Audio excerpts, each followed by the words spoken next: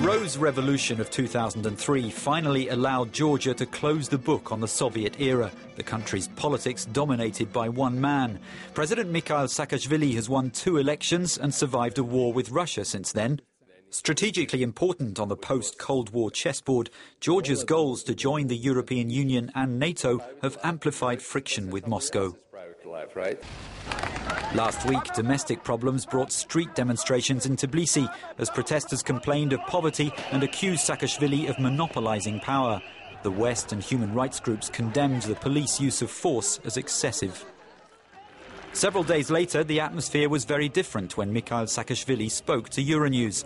The man, who likes to be called Misha, chose a public park for the location near the presidential palace where he'd hosted a dinner. Sorry for diverting for a dinner. Mr. President, the event tonight has been called Atlantic Dinners. Your admiration for the West is well known. How Western is Georgia today? Well, I think it's one of the oldest Christian nations.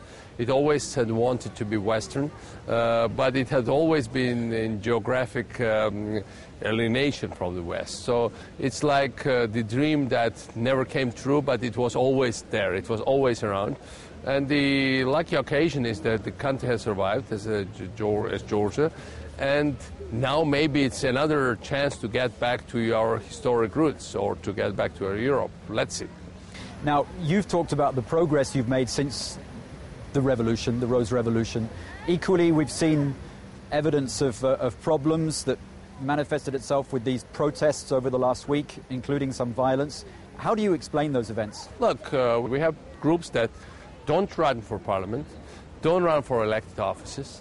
They have full access for television, but they say they cannot count really on people supporting them. Then they say they want to overturn government through violent or some kinds of street means. But the good news is that they're not that numerous. You know, we decided to come here spontaneous, last minute. The people were not selected, and you see the neighborhood here. People are very friendly. That doesn't mean all of them vote for me. I would bet that some of them don't. But they are here, and people in this country are peaceful. So it is safe, but it has people who sometimes want to express themselves in violent ways, and this is very unfortunate. I really regret it. But equally, human rights groups criticized what they say was excessive violence by the police. Look, the European Union ambassador clearly said here that government's action were legitimate, and even if some people might claim, as he said, that there was an excessive use of force, it's very hard to verify it. And certainly I would be the last one to want to use violence.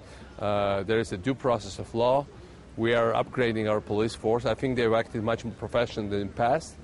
I still think they are not ideal. The problem is that when you are encountering radicalism and violence, this is bad. And then when you have, unfortunately, victims, when basically cars of the demonstrators overrun police officers, killing some of them and injuring some of the others very badly, then emotions run high, and we tame these emotions, but of course we need to upgrade ourselves even further.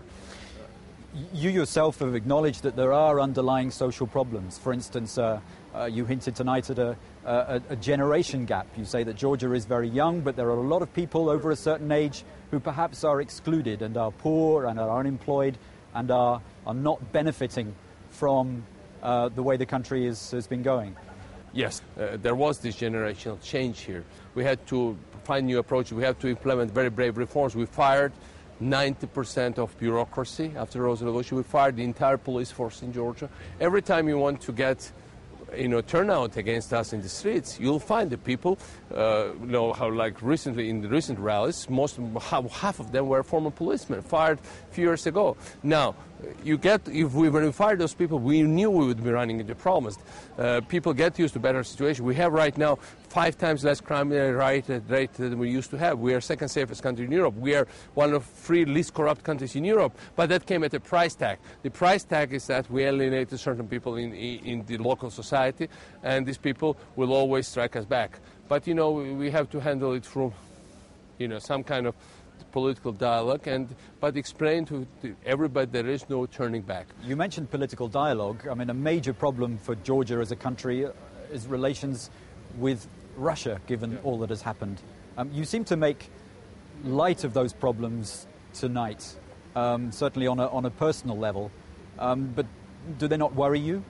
I'm very worried about Russia, and I'm very worried about Russia that will not reform and tries to get stronger in terms of military buildup and aggressiveness toward the neighbors. But I'm also worried about weaker Russia, because they have inherent problems. They have strong institutional problems and corruption.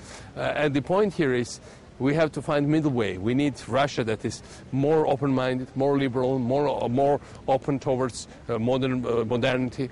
And then with this kind of Russia, we can find common language. We are not suicidal. We don't want to confront Russia. We've already seen bad fruits of that. On the other hand, we want to stay free and we want to be on our own. We don't want to be back in whatever the old Russian imperial fault, which basically is a fiction, but it's still in the mind of some politicians out there, not least the Prime Minister Putin. So, it's a big challenge for small countries and vulnerable countries like Georgia.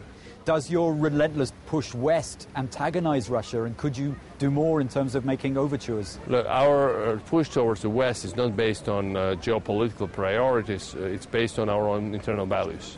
And I think open society, a tolerant, democratic, transparent one, is something that brings us closer to what is, I think, more or less mainstream European model.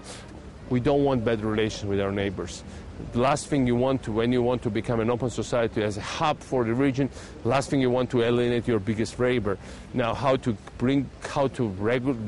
normalize those relations, I think it goes still through modernization of Russia, through some kind of open-minded approach on their part, ultimately they should leave our territory with all their troops and bases here, and allow us to be ourselves, and then they will find good friends in Georgia. You mentioned Prime Minister Putin. As far as your position is concerned, it's been suggested that after you're president that you might like to be Prime Minister here. I think Georgia has a totally different system. I think we are now focused on a very important reform for the next 2.5 years. My remaining mandate will go on for another 2.5 years. It's almost an eternity for us. When we have all these challenges, the last thing I want to get here, from my perspective, is being a lame duck.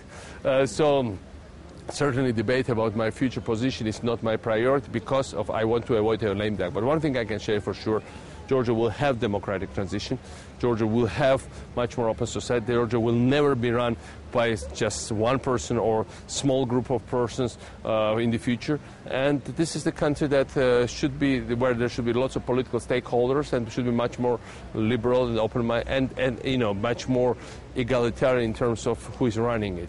And I'll make sure that it happens, whatever my position in the future is. President Saakashvili, thanks very much for talking to Euronьюс. Thank you.